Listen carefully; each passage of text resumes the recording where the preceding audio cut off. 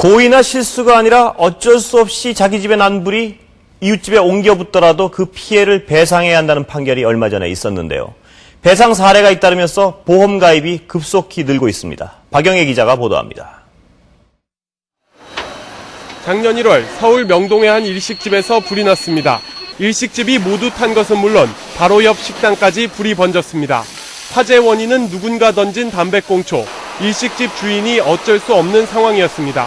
하지만 일식집 주인은 옆 가게에 5,600여만 원 피해액 전액을 물어줘야 했습니다. 불법행위 책임을 물어서 실화자에게 경과실만 있는 이 사안에서 실화자에게 그 손해배상 책임을 묻는 취지로 예전에는 고의로 낸 불이 아니면 배상할 필요가 없었지만 지난 2007년 헌법재판소가 이 법조항에 대해 헌법 불합치 결정을 내렸고 최근 법이 개정돼 실화라 해도 이웃의 손해를 배상해야 합니다. 작년 한 해 동안에만 1,100여 건의 화재에서 이웃으로 불이 번졌습니다.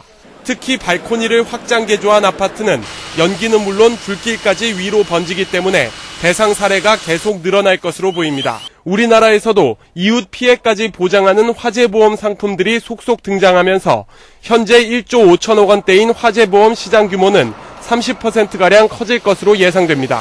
MBC 뉴스 박영애입니다. 집에 불이 나면 자신이 입은 피해만도 감당하기 힘든데 이제는 이웃의 피해까지 엄격히 배상해야 합니다. 그런데도 주택 화재에 대한 일반인들의 인식은 여전히 불감증 수준입니다. 김태욱 기자가 취재했습니다.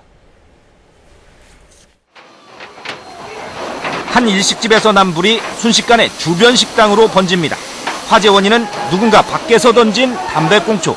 그런데도 이 일식집 주인에게 주변 식당의 피해를 배상하라는 판결이 나왔습니다. 전기 합선, 그다음에 아이들의 사소한 불장난 이런 것만으로도 이웃에 번진 대규모의 화재 피해에 대해서 책임을 질 수 있다는 뜻입니다.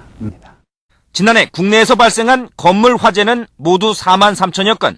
가장 불이 많이 나는 곳은 다름 아닌 주택입니다.